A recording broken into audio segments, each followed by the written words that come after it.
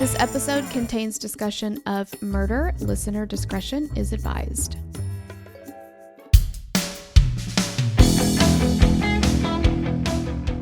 So we all know the rhyme. Lizzie Borden took an axe, gave her mother 40 whacks. When she saw what she had done, she gave her father 41.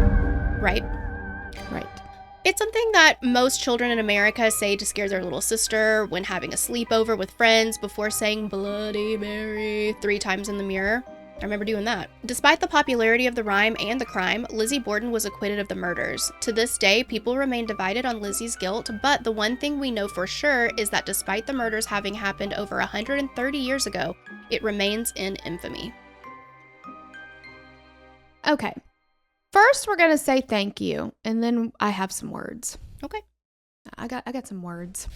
We want to give a hey girl thanks to, oh my gosh, it was requested by so many people. Wow. Abby Eskew, Tanya Turner, or Tanya Turner, if you're a Tanya Tucker, fan. It could be Tanya. I don't know. Good. Laura from Texas, and Beth. Yay! And thank you to Beth for writing it up. Thank you. Okay, now words. Okay.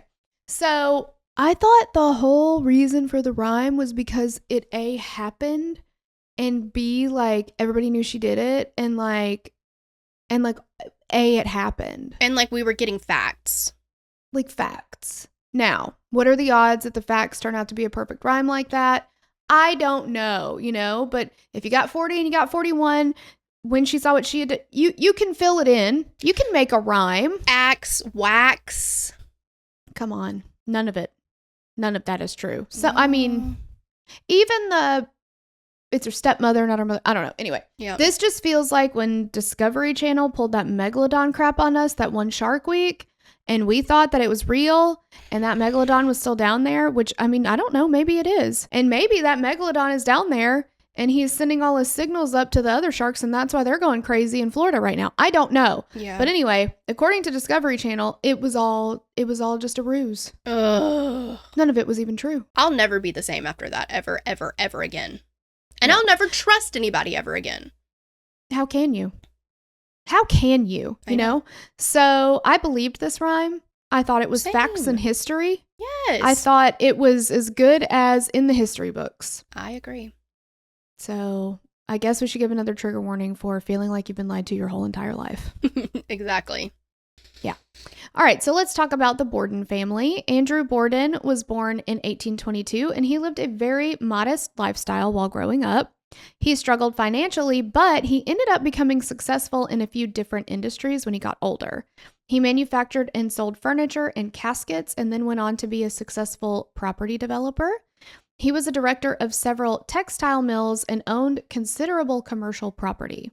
He was also the president of the Union Savings Bank and a director of the Durfee. I don't know how I didn't pay attention to that the first time. Durfee, yes. Durfteen. I was going to say that I can only think of Durfteen. Yeah. The Durfee Safe Deposit and Trust Company. He married Sarah Anthony Morse, who was born in 1823, and the couple had 2 children together. Emma Lenora Borden was the eldest of their 2 daughters and was born in 1851. And then Lizzie Andrew Borden. I missed that the first time, too. I swear I've read through this and I've watched a bunch of things on it. I did, too, but I did not realize that. Did they really name her Lizzie Andrew? We had an Aunt Bill, so crazier things have happened. That's true. And a great-grandmother Lloyd. Yeah, is that what they're doing? They're just trying to pass on the father's name? Because normally it probably would have been like an Andrew Jr. if he'd had a boy. Right. But he didn't, so he's like, fuck it, I'll just name my daughter Andrew. I don't know. Okay. Drew would work, but now I don't think in like 1860 that would have been like a common girl name. I don't know. I don't know.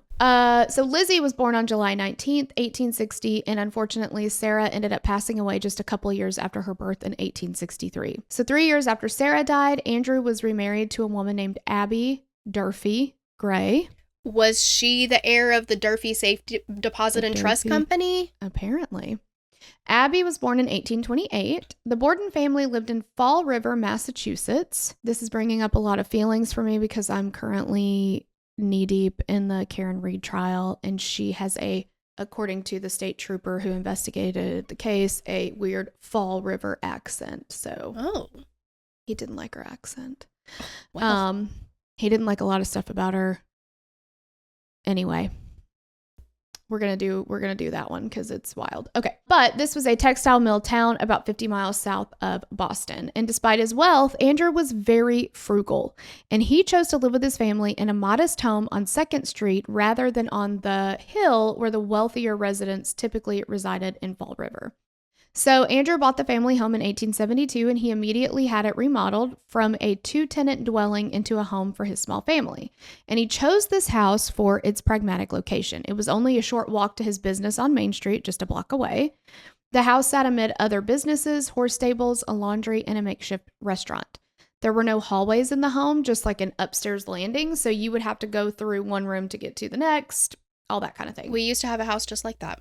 Yes, we used to live in a house just like that, yeah. Very annoying. Yes. You know, because like you'd have to go through, so whoever had that middle bedroom, everybody had to go through it to get to the bathroom, to get to the living room, to get to the kitchen. To get to their own bedrooms, yes. Yeah, best wishes. Andrew also decided to forego indoor plumbing in the house, even though it was a common accommodation for the wealthy at the time. They also had no electricity in the house. So, and they were rich as fuck for that time. Rich as fuck. And he just didn't want to do it. Well, and so why spend the money on it, I guess, you know? Yeah. Andrew supported his wife and daughters, as well as employed a housekeeper named Bridget, who, I don't want to say she went by Maggie. The family called her Maggie, and I read that it was because they'd had a previous housekeeper named Maggie, and it was kind of like derogatory. They would just call her by the previous housekeeper's name. Well, I don't know if that's true, but I read that in a couple different places. So either her name was Bridget and she went by Maggie, which doesn't make any sense to me. Yeah.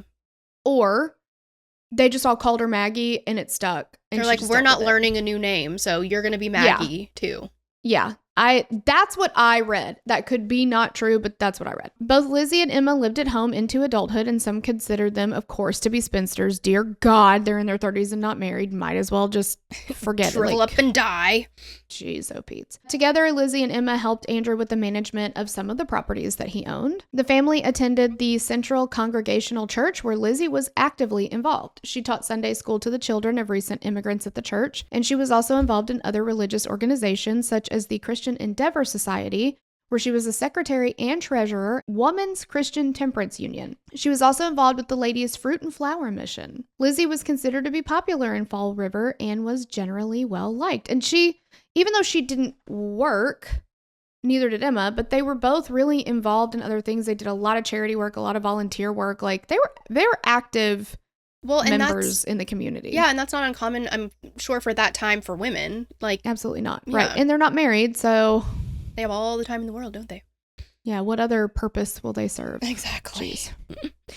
Lizzie and Emma had a distant relationship with their stepmother, Abby, and referred to her as Mrs. Borden. They were reportedly worried that Abby's family wanted to gain access to their father's money. Yikes.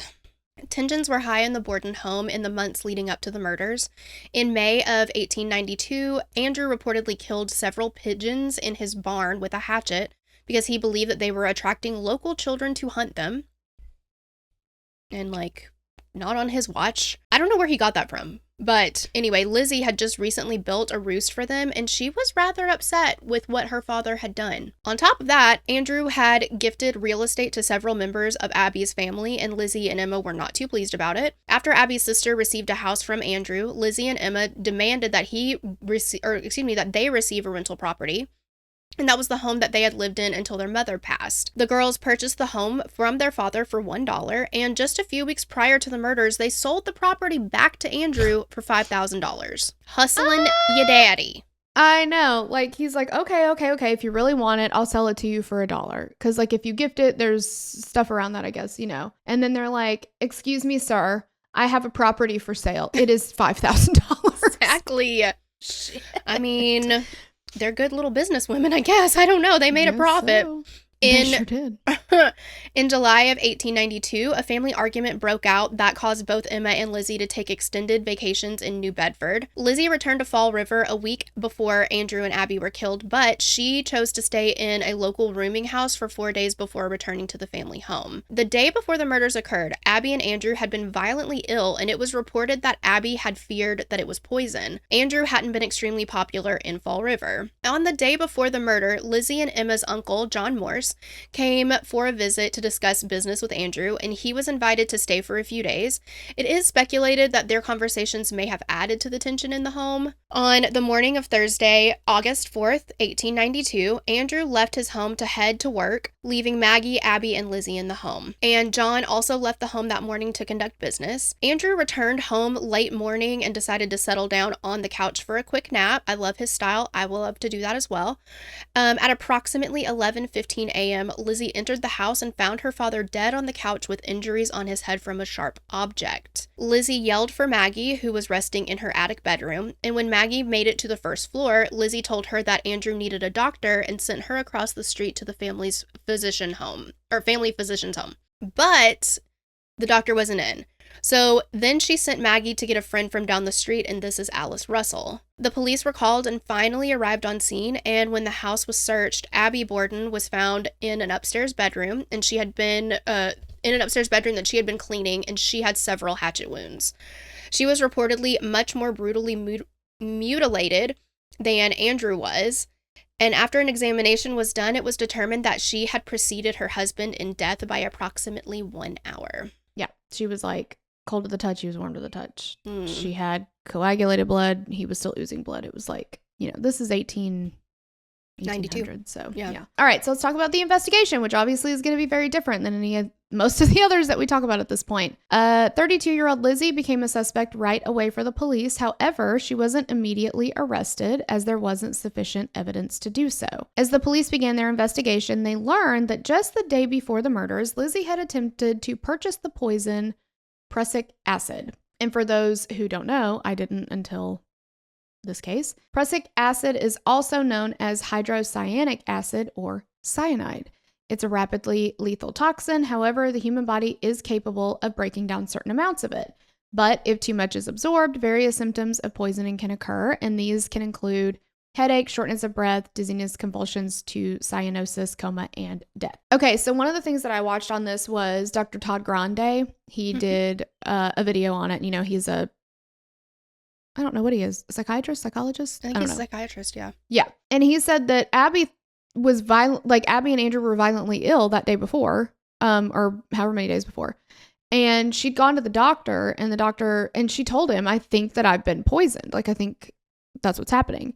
And he was like, okay, we'll go back home. Like, I don't know. I guess they didn't think that, but like, who else would have poisoned them? Like, I don't know. Because I know that they knew that Andrew wasn't super well liked. He was a businessman, and I think he wasn't afraid to do what he thought was best and make enemies if needed be, kind of thing. Right.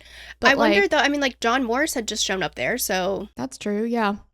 And they I don't know. Reportedly could have had conversations that allegedly caused tension in the home. So, Yeah. I read too that it was possible that he was talking about giving him a house as well, like a property, and the tension could have been heightened for like Emma, but Emma wasn't there. Emma wasn't there, yeah. Lizzie, then I don't know.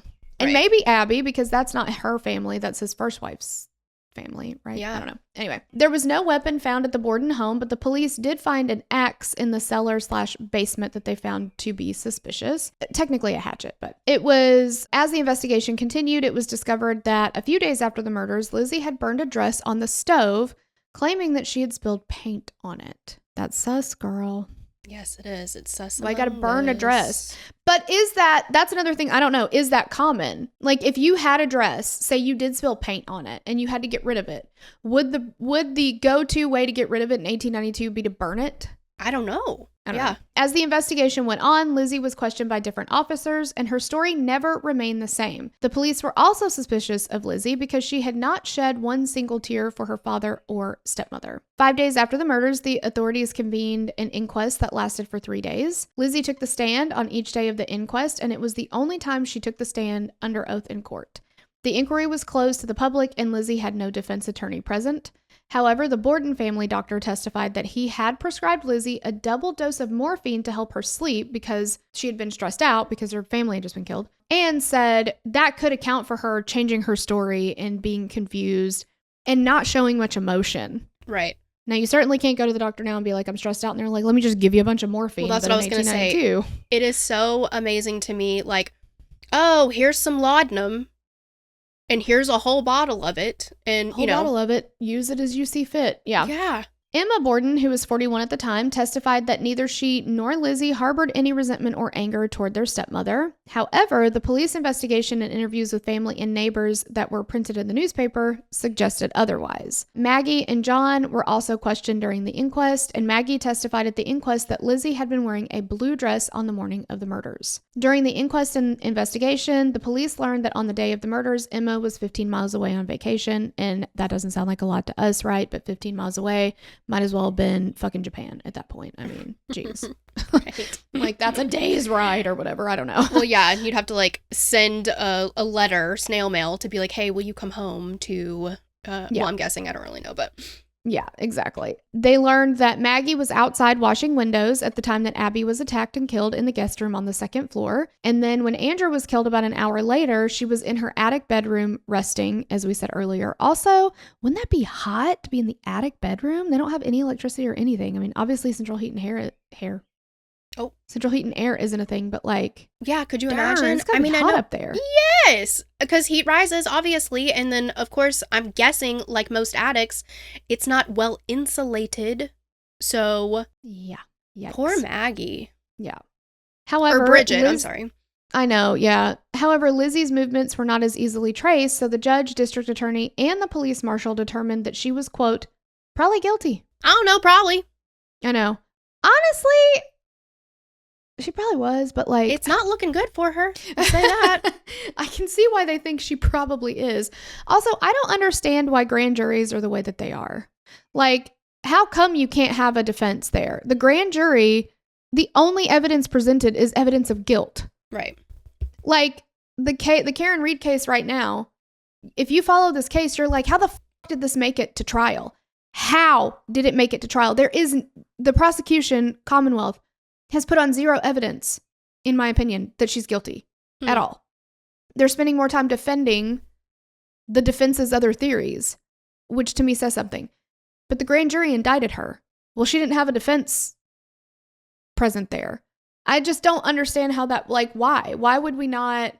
If you don't hear all of the things that cause reasonable doubt, then of course a grand jury is going to indict. I just don't understand that. Why even have the grand jury... Like, why even go through the rigmarole of that if it's like, it's 100% like, of course they look guilty. Yeah. I don't know. I don't either. Anyway.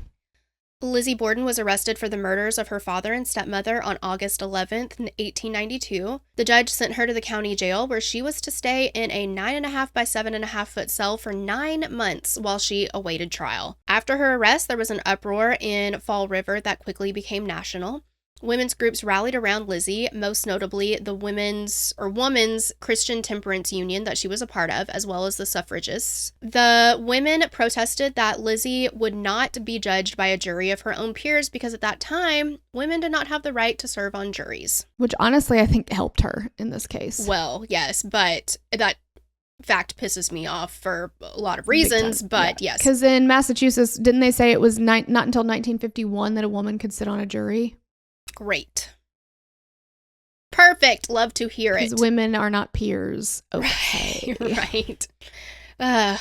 Throughout the investigation, arrest, and trials, Lizzie's upper class status greatly benefited her. She was able to afford some of the best attorneys, and during the preliminary trial, one of Boston's most prominent defense attorneys joined the Borden family attorney to advocate for her innocence. During the preliminary hearing, the small courtroom above the jail was packed with supporters for Lizzie, particularly women from the Hill. At the trial, a Harvard University chemist reported that he found no blood on the 2 axes nor the 2 hatchets the police retrieved from the cellar of the Borden home. It was also learned that 2 days after the murders, Lizzie handed in the dress that she allegedly wore on the day of the murders, and when tested, it was found that there was only 1 minuscule droplet of blood on the hem. Lizzie's attorneys stressed that the prosecution offered no murder weapon and had no bloody clothes to aid in their case. In regard to the prussic acid that Lizzie allegedly tried to purchase the day before the murders, the defense said, hey, that's a case of misidentification. The defense's closing argument at the preliminary hearing brought Lizzie's supporters in the courtroom to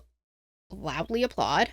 However, the judge determined that Lizzie was probably guilty and should remain in jail until a state superior court trial could be held. That's a lot of probably guilties. I know. And I don't get how that's just like, okay, you have to stay in jail because I think that you are most likely guilty. Definitely you could be. Right. Like, we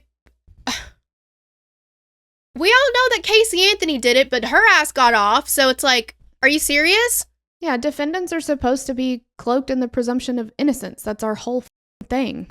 Like, again, I think she's probably guilty, but I'm just saying, like... If we don't have the evidence, like, as much as it pains me to say this, even though you think she most likely did it, or you know in your heart that she did it, if you don't have the evidence, you can't do that. That's not fair.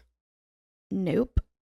During the 1800s, the Attorney General often tried cases in court for the prosecution, and he and the district attorney both believed that Lizzie was guilty of the murders, but they were both hesitant to prosecute. They knew that there were holes in the police's evidence. In November of 1892, the district attorney brought the case before a grand jury and was unaware if the case would bring an indictment.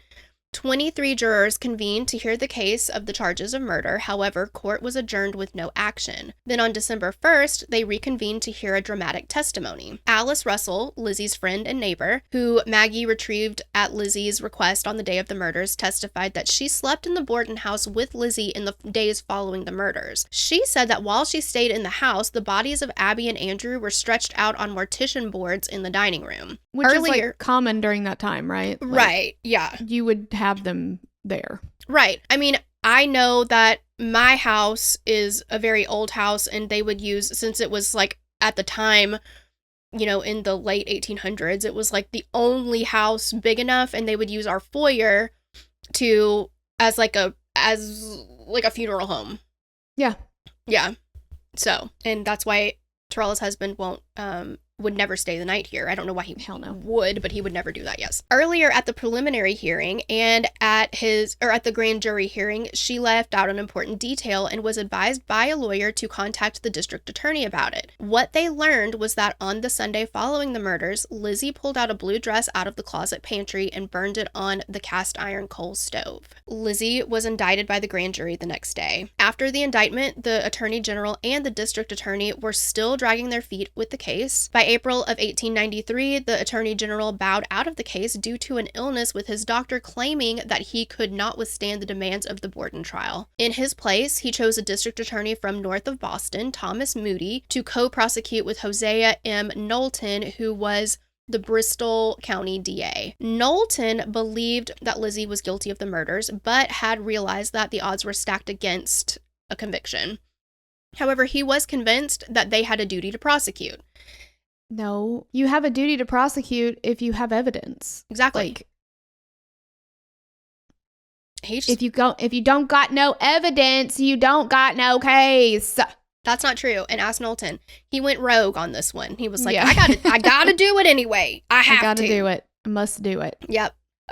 Can't waive that. So sorry. It is said that he did so with skill and passion at the trial, with a 5-hour-long closing argument. 5!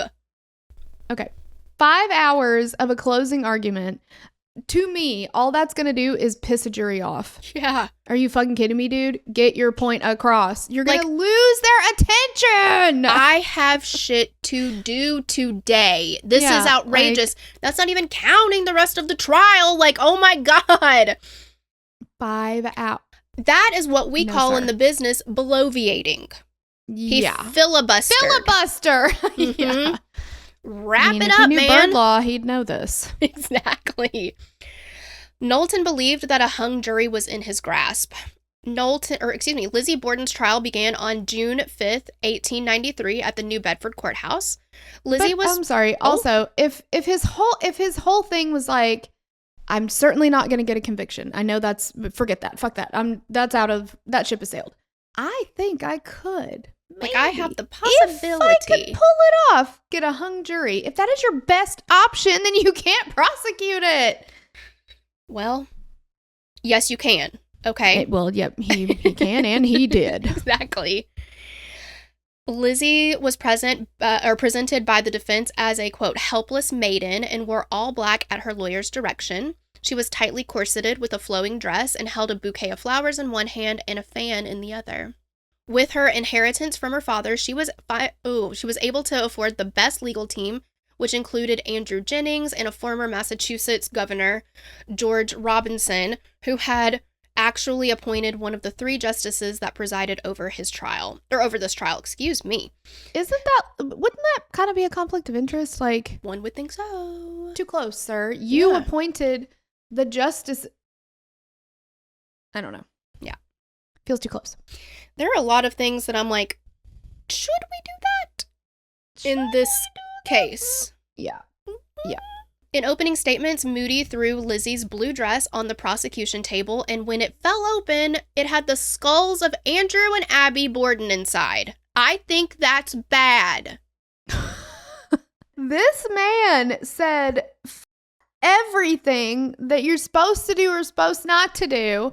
I'm just going to throw fucking actual skulls. These are not replications. No, they're not Halloween decorations. These are the actual skulls of the victims. Whoo, bold move, Cotton. Let's see if it pays off. Also, if we're thinking about like the time and the mentality and the defense's strategy was you appear like this helpless maiden. You couldn't have wielded a hatchet, right? Like you're so weak and little and you can't do things like that. So he throws these skulls on the table. She faints. And the men on the jury are like, somebody help that woman. She shouldn't be in this condition. You know, like, get her a water, lay her out. And like, it's just it's helping the defenses, you know? Yeah. She's a helpless maiden. Yeah, why would he go like the bad cop route where he's like, confess, we know you did it. And yeah. I don't. Spoiler, it didn't pay off. But wait a second. I'm sorry. The blue dress, I thought she burned it. It wasn't all the way burned? Now, this is, I think, the blue dress with the tiny, minuscule droplet of blood on the hem. Okay, yeah. Because she did have more than just the one blue dress. Yeah, which I also read was technically, like, on the inside of the dress. It wasn't on the outside of the dress, like... But... so they're like, I mean, if that is the dress that she was wearing, and she, in fact, did grab a hatchet instead of an axe, and I'm still mad at the rhyme. I know, yeah. But if she grabbed the hatchet and she wielded it and slayed both her father and stepmother, that wouldn't result in one teeny tiny and little not drop. On the bottom of the hem, right? On the inside, on a couch. Yeah, she presumably is standing on her feet on the floor. Right. That would be putting it more at her face or as she comes up. Oh, for sure. There's no blood spatter anywhere in either of these rooms, which is bizarre to me. Mm-hmm. And it's not on any other part of her clothing. It doesn't get in her hair. She doesn't have to take a shower after. She doesn't have to wash her face. Right. And I mean, we're saying that, yeah, if she had killed Abby, she had plenty of time to recompose herself, right? Yes, because there would have been at least an hour in between. Right, but Andrew, that was pretty recent. That was, but even so, even if you think she has an hour in between, again, you're wielding she hit Abby in the back of the head 18 times, supposedly. Mm-hmm. She's wielding that thing. It's going back and forth. There's no blood that gets in her hair at all. If she'd had to take a bath and wash her hair, and that would have taken ages to do. Intricate. Well, yeah, how are you going to dry it? Yeah. And everybody said her hair looked just the way it did that whole day. Nothing else happened to it. Like, yeah. Did she have a hazmat suit? You know what? I'm just not sure about that. But I know she wore those sealskin capes. Where are all the capes? Did she if she did it, she had to have been covered with something, I would think. But still, you would think there'd be blood spatter behind her. Mm-hmm. And then basically be like... The ceiling, I would think, too, and depending on the height of the ceiling, yeah. I don't know. I know. It's Same. wild.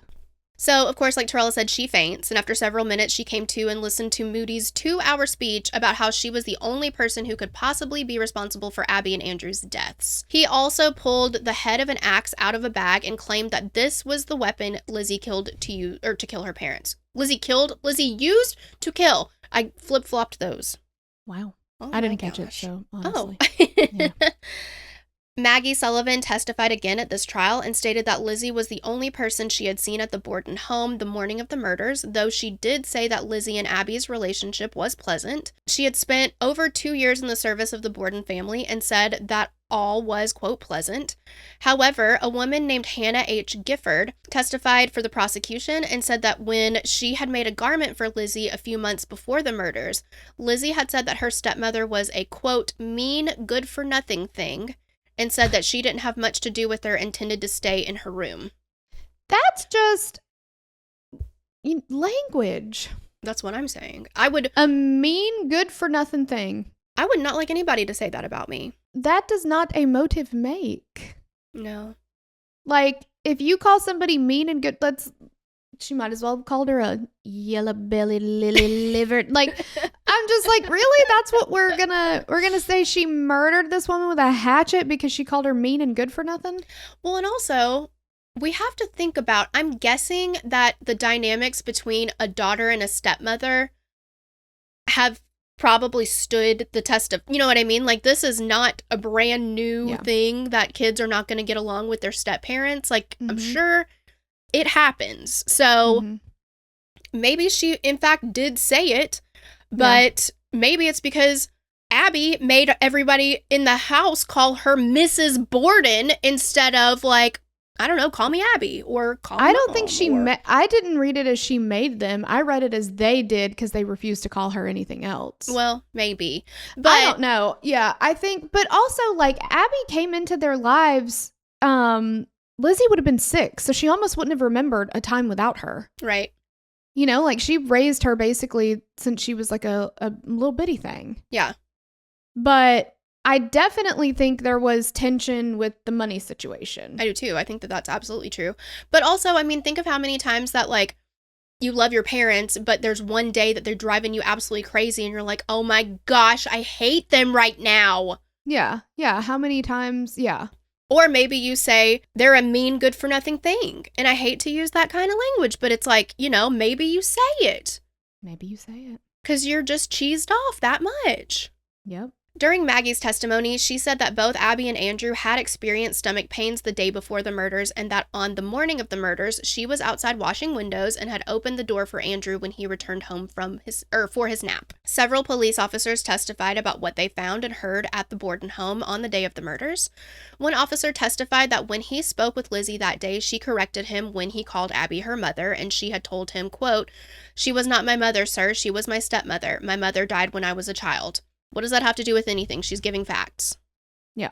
However, Alice Russell's testimony was considered to be the most compelling, and she testified that on the night of the murders, Lizzie visited her and told her about their stomach pains, which she believed was from bad baker's bread. Lizzie allegedly told Alice that she felt like something was going to happen and that she felt like she needed to sleep with one eye open.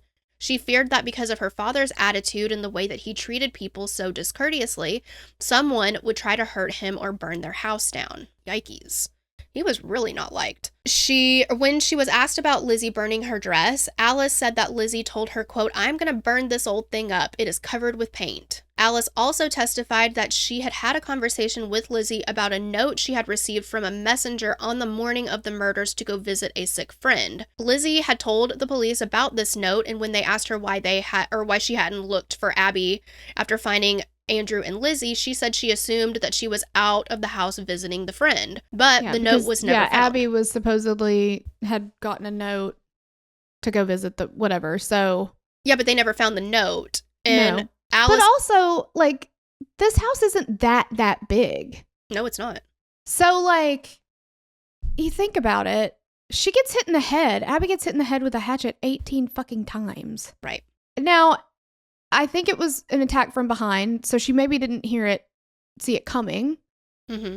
So maybe there wasn't like a scream and a struggle or anything necessarily, but Abby was supposedly a really short woman and she was like 200 pounds. There would have been a thud, right? Like she would have.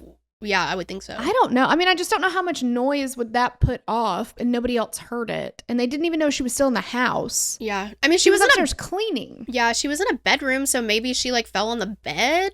I don't know. I don't know. Alice testified that Lizzie believed that Abby must have burned the note. Why would you burn it? Again, is that a thing? Like when you get a note, do you just burn it?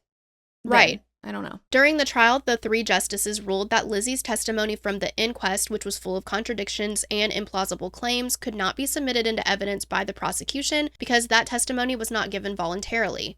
She didn't have an attorney present or president. She was charged with 2 murders and was being held in jail.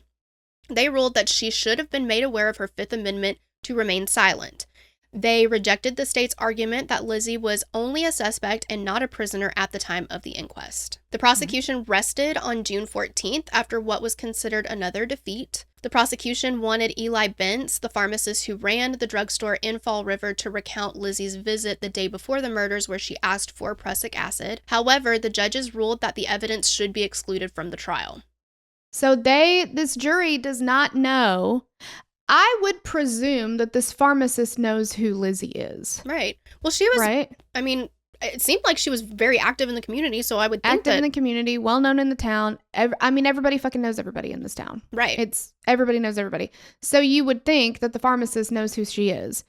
So I feel like that's probably what happened. Like, I feel like she probably did go ask for it. Supposedly, or what she told him she asked for it for, was to set an edge on one of her sealskin capes. I don't even know what the fuck that means, but he said he had never heard of anybody using that substance in that way, so he refused to give it to her. So he did not give it to her. But it was ruled that it would be too prejudicial and it wasn't relevant, but I don't know. I mean, if she was trying to buy poison the day before, because remember, poison is a woman's weapon, right? Yes, it is. Yeah. So I wonder if that jury had heard that she had tried to buy a poisonous substance the day before for a reason that is not common for it to be used. I can see how it would be very prejudicial towards her, but the people died the next day, and I don't know.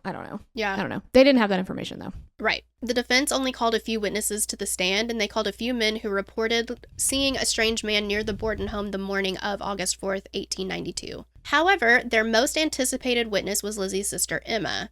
Emma told the court that Lizzie and their father had a good relationship, and she explained that the gold ring that was found on Andrew's pinky finger was a gift Lizzie had given him 10 or 15 years earlier, and it was one of his prized possessions. Emma also said that the relationship between Lizzie and their stepmother was cordial, but did admit that there was some lingering resentment over the transfer of their grandfather's house to her and Lizzie. The jury was made up of farmers and tradesmen from the county's smaller towns, as Fall River was excluded from the jury pool. Most of them were practicing Protestants, and some had daughters close to Lizzie in age, and this was said to be of detriment to the prosecution. After both the prosecution and defense completed their closing arguments, the jury was sent to deliberate. After just 1 hour, they returned with the verdict. When asked what their verdict was, the foreman stated, quote, "not guilty." Lizzie Borden was acquitted of the charges, and the decision was generally met with praise. 2 months after the trial and acquittal, Lizzie and Emma moved to a large Victorian home on the hill, finally. They inherited their father's wealth and named their home Maplecroft. And it's just crazy, like the difference in like money at that time. I think they inherited like $300,000, which was like well over 10 million now. Yeah, like just crazy. They hired a large staff and had all the modern conveniences of the day. Lizzie and not Abby. It's Emma. Yeah. Lizzie and Emma also built a lavish monument that they placed at the site of Abby and Andrew's graves. Many people from their church, though, shunned Lizzie, and she was often followed when she went into town. So, like, at first, hang on, I'm going to highlight this so they... Okay. At first, the church was such a big support for her. Like, she was really involved in it. Everybody knew her and, like, all that kind of stuff. And then just over time, I think when she started spending the money, I think it just turned the tide. And they were just like, maybe she did do this for the money. Because it was also very interesting that she whoever, killed Abby first. Yeah. Because had Abby been killed second, Emma and Lizzie would not have gotten the totality of or as much of the father's estate. Her family would have gotten some of that. So with her being killed first, that left Andrew a widower at the time of his death, which then meant more would go to the girls. So it's a smart and calculated crime if it benefited the girls for that order to happen, so. Correct. So would an outsider have known that? Also, nothing was stolen from the house. The person who killed them would have had to wait over an hour in between or leave and come back. There was no evidence of the house being broken into. Like, I don't know. It's a whole thing. Yeah. This is a garbage truck. Like, can you hear it? Oh, okay. Well, if you can't hear it, then it's okay. It's really loud. So after a while, after being like shunned and people following her around and stuff, Lizzie just sort of withdrew to her home. Neighborhood kids often played pranks, and one might assume that the Lizzie Borden rhyme likely originated here, but we actually don't know where it came from. What we do know, though, is that Abby did not suffer 40 whacks and Andrew did not suffer 41. Abby received about 18 and Andrew 11. It is also to be noted that Abby and Andrew were not killed with an axe, but with a hatchet. An axe has a longer handle and a heavier head and is suited for two-handed use, and a hatchet is smaller and more compact with a shorter handle and a lighter head. Lizzie tried to change her name and start going by Lisbeth, but that didn't really help very much. 4 years after her acquittal in 1897, a warrant was issued for Lizzie's arrest in Providence. She was charged with shoplifting, but ended up making restitution. As time went on, Lizzie began traveling to Boston, New York, and Washington, D.C. to enjoy her life. She went out and dined in style. She enjoyed going to the theater. During her travels, Lizzie made new friends and began throwing lavish parties for them at Maplecroft. Among these many friends was actress Nance O'Neill. Nance was known for her roles in Kreutzer Sonata, 1915, Princess Romanov, 1915, and Hedda Gabler, 1917. Lizzie and Nance met in Boston in 1904, and they became really close, really quick. It was said that Lizzie doted on her, and rumors quickly began to spread that they had a sexual relationship, though neither woman ever commented on it. There have been accusations that Nance took advantage of Lizzie's generosity and financial support. And as 1904 wore on, Emma became very frustrated with Lizzie, and they had a falling out, and then Emma moved out of Aplecroft. What did I say? Aplecroft? What did I say? I don't know. You said Aplecroft. That it's Maplecroft. I missed the M you is like silent. To eight apples and bananas? Is that what you're doing? Exactly. A Aplecroft in 1905, and later told a Boston newspaper, quote, "The happenings at the French Street house that caused me to leave, I must refuse to talk about. I did not go until conditions became unbearable." Think about and like we literally just like don't know. Yeah, but think about speaking in that manner all of the time. Where you're like, she's a dreadful, wretched old thing. And like, I don't know. Yeah. It's just interesting. Because it's like, I understand, I get what you're saying, but it's so... Proper. Proper is the perfect word for it. Yes, yes, yes. Yeah. Yeah. I mean, obviously, we've never been accused of being proper. Huh. Yeah. After Emma moved out, the two sisters never saw each other again. Like, that was a falling out. Cut. Yeah. Nance and Lizzie's friendship ended after a few years. Nance went on to marry Alfred Hickman and died on February 7th, 1965 in Englewood, New Jersey. Lizzie and Emma ended up passing away in the same year. Lizzie died on June 1st, 1927 of pneumonia at age 66, and Emma passed away a few days later in Newmark, New Hampshire. Both women are buried in the same plot as Abby and Andrew. The Lizzie Borden case is extremely well known and quite popular, as we know from the rhyme. There have been several movies and TV shows made about the case. A few notable ones are The Legend of Lizzie Borden from 1975, Lizzie Borden Took an Axe starring Christina Ricci from 2014, which also went on to be a series, and then Lizzie in 2018 with Chloe Sevigny. I think you got it, yeah. As Lizzie and Kristen Stewart as Maggie. And in that one, for sure, they really played up the sexual relationship between Maggie and Lizzie, which, again, there's no evidence of. Gotta love Hollywood. Yeah, they made a big damn deal about her being gay. And maybe she was. I don't know. But it, like, I don't know. Anyway. Yeah.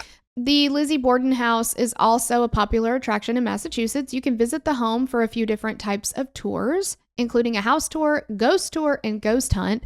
No, and fuck, no. And you can have and a tour of the Oak Grove Cemetery. And they also do virtual tours, and you can have a mystery game that you can play. The house is also a bed and breakfast that you can actually stay at, and there are several rooms and suites to choose from. There's the Lizzie and Emma suite, the Andrew and Abby suite, John V. Morse suite, where Abby was murdered, the Bridget Sullivan room, the Andrew Jennings room, and the Hosea Knowlton room. And it is said that the house is haunted, so we will definitely be getting Torella booked immediately. I would go. Yeah. I would do it. I would not. I would be not doing that. The house remains the same today with the furniture in the same places. The decor has been duplicated and all the hardware, including the doors, are intact. There are artifacts displayed with era memorabilia in the home as well. And another popular take on the case is that of Maddie Ziegler from Dance Moms. I'm hoping I'm saying her name right. I've heard Ziegler and Ziegler. I don't know. I have no idea who this person is. Oh, she's just like that little girl. I don't know. She's probably grown now, but she was in all those Sia videos. She's like this really popular dancer from Dance Moms. But oh, the Sia videos, little girl. Okay, yeah. She probably is grown now. Jeez, okay. I know. Abby Lee Miller choreographed a solo dance for Maddie where she is in a bloodstained dress and wielding a fake axe during the dance, and it is both a creepy and beautiful dance, apparently, and I would like to watch it, so I'm going to do that right now. All right. Well, there you have it. Yeah. So basically, we don't fucking know. Yeah, exactly. And also, you can sing the rhyme all you want to. I recommend it because it is just a fun one, but it's a bold-faced lie. I mean, how disappointing. I mean, not that.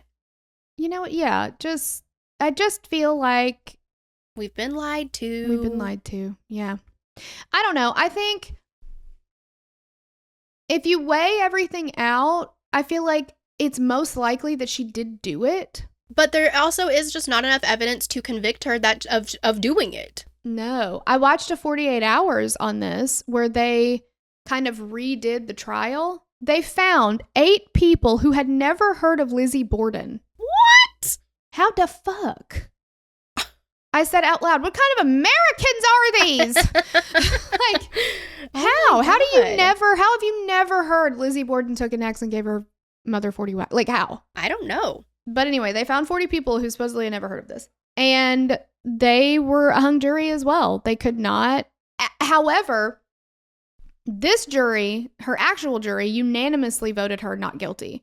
And a big part of that they believed was they didn't think a woman could do something like that. They didn't think a daughter would kill her father. And for her to be so active in the church and stuff like that, and they had children or daughters around the same age, it's like they would, of course, see her through their daughter's eyes or something like that. Yeah, and the jury that they convened, in today's time, they had no trouble thinking a woman could kill somebody, Right. Like, we know that now, right? Yep.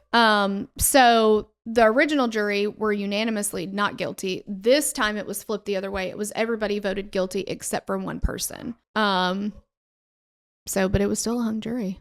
I mean, there's just absolutely no way to prove beyond a reasonable doubt that she did do it. They just don't have, because, I mean, yeah. Did she burn up the dress completely? You can't find any remnants of it? Is that the case? Like, yeah, I just don't know. Well, and they did find some bloody rags like down in the basement or something. And when the police asked her about it, she said that she'd been menstruating. And so the police were like, okay, forget I asked. Like, right. I'm sorry, guys. I don't know what the hell my dogs are barking at. I'm so sorry. We'll shut up now. But if they still had those and you could test them, like now we would know, was that her blood or not her blood? Like, but right. They didn't have that then, so. And they probably 100% did not want to touch them to preserve them because they're like, oh, God, oh. Yeah, so. Maybe it's contagious. Oh, my God. Yeah. That wandering uterus. Yes. Oh, my God. Ready for semen. Yeah. Oh, shit. Well, that is the case, guys. We appreciate you guys hanging out with us. We love, love, love you. And we will catch you on the next episode. Bye. Bye. We'd love to hear your thoughts on this case. Connect with us on Instagram or Facebook to continue the conversation. Thanks for listening, and we will meet you back here next week. Bye! The theme song for the show is created and composed by Steven Tobi. You can find more of Steven's work on SoundCloud. Our logo was created by Sloane Williams of Sophisticated Crayon. You can find more of her work on Etsy. Visit us at killerqueenspodcast.com for merch and other info about the show.